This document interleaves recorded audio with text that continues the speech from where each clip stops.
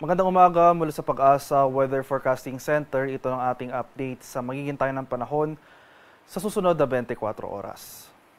Patuloy nating minomonitor itong bagyo sa labas ng ating Philippine Area of Responsibility at isa itong severe tropical storm na may international name na Halong. Latest location natin para sa bagyong ito kanina alas 3 ng umaga ay nasa layong 2,105 kilometers east-northeast ng extreme northern Luzon.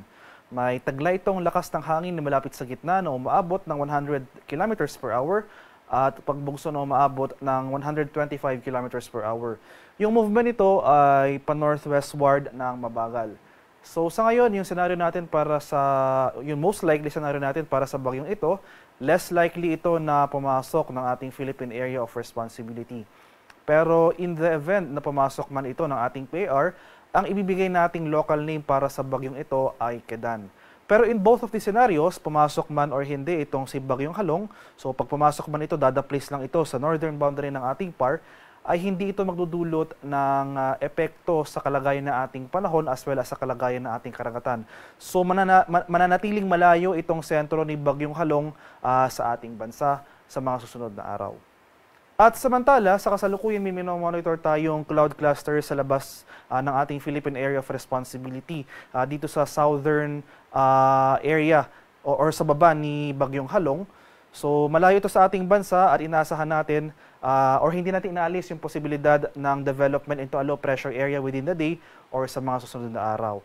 So both of these weather disturbances, itong Bagyong Halong as well as itong cloud cluster na posibleng maging low pressure area, mananatili pong malayo sila sa ating bansa at wala magiging direktang epekto sa ating panahon. For today, ngayong araw, asahan natin yung epekto ng Intertropical Convergence Zone o yung ITCZ. Ito yung salubungan ng hangin mula sa northern and southern hemisphere na kasalukuyang nakakaapekto sa southern Mindanao. So itong area ng Zamboanga Peninsula at Barm for today, asahan natin yung mataas na tsansa ng mga kaulapan at mga pag-ulan. Samantala sa Metro Manila at nalalabing bahagi ng ating bansa, magpapatuloy nga itong maaliwalas sa panahon. Generally fair weather conditions, maliban na lamang sa mga biglaan at panandaliang pag-ulan na dulot ng thunderstorms.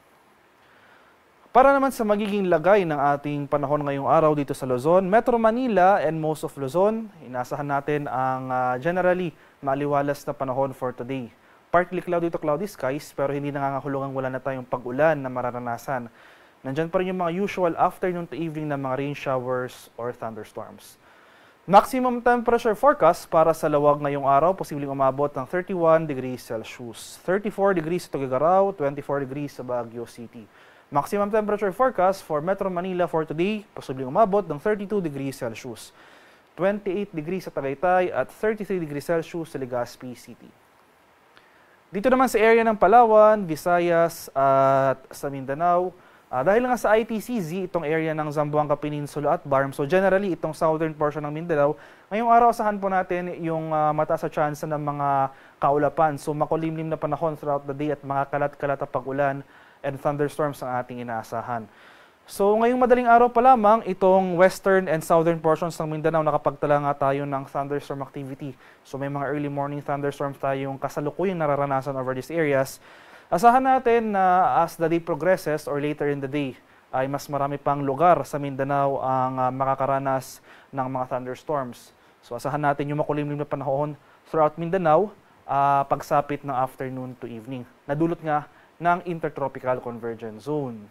Samantala itong area ng Palawan at Visayas, mananatiling generally fair weather yung ating mararanasan. Pero like Luzon, asahan pa rin natin yung mga tsansa ng thunderstorms sa hapon or sa gabi. Maximum temperature forecast for Kalayaan Islands ngayong araw, posibleng umabot ng 31 degrees Celsius. 33 degrees sa Puerto Princesa, 32 degrees sa Iloilo at Cebu at 33 degrees sa Tacloban City. Maximum temperature forecast for Cagayan de Oro ngayong araw, posibleng umabot ng 31 degrees Celsius. 33 degrees sa Davao at 33 degrees rin dito sa area ng Zamboanga. Sa kalagayan naman ng ating karagatan, sa kasalukuyan, walang nakataas na gale warning at banayad hanggang sa katamtamang pag-alon ang mararanasan sa malaking bahagi ng ating bansa. Gayunpaman, iba yung pag-ingat pa rin sa ating mga kababayan na maglalayag sapagkat kung meron tayong offshore thunderstorm activity, ito yung mga pag-ulan sa ating mga dagat baybayin. Asahan natin yung mga pagbugso ng hangin, kaakibat ito yung bahagyang pagtaas ng ating mga alon.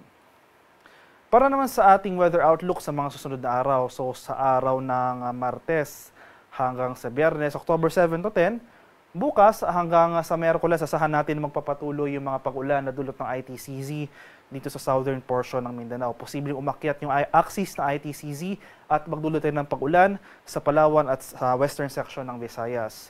So tomorrow until Wednesday, asahan natin yung makulimlim na panahon at mga pag-ulan na dulot ng ITCZ sa area ng Zamboanga Peninsula, Barm, dito sa area ng Western Visayas, Negros Island Region, Palawan, possible dito rin sa area ng Northern Mindanao.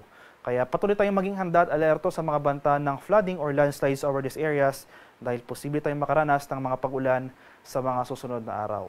Pagsapit naman ng Thursday to Friday ay makakaranas tayo ng generally fair weather conditions sa malaking bahagi ng ating bansa. Posible pa rin umiral yung ITCZ sa southern portion ng Mindanao, pero mababawasan na yung mga pag-ulan. So, yung bulk ng pag-ulan na lamang ay sa bandang hapon o sa gabi. So, generally fair weather throughout the country, pero ayun nga po, magdala pa rin tayo ng pananggalang sa ulan. Dahil nandyan pa rin yung mga usual afternoon to evening na mga rain showers or thunderstorms. So, inuulit ko po yung dalawang weather disturbance sa labas, itong si Bagyong Halong, as well as yung cloud cluster na malayo sa ating bansa na posible maging low pressure area within the day or sa mga susunod na araw, ay wala po itong magiging direktang epekto sa lagay ng ating panahon. So yung significant weather system na iira sa ating bansa ay itong ITCZ sa may southern portion ng Mindanao at possible tumaas nga dito sa western portion ng Visayas yung axis nito. Ang haring araw sa Kamunilaan ay sisikat mamayang 5:46 ng umaga at lulubog naman mamaya sa ganap na 5:42 ng hapon. At para sa karagdagan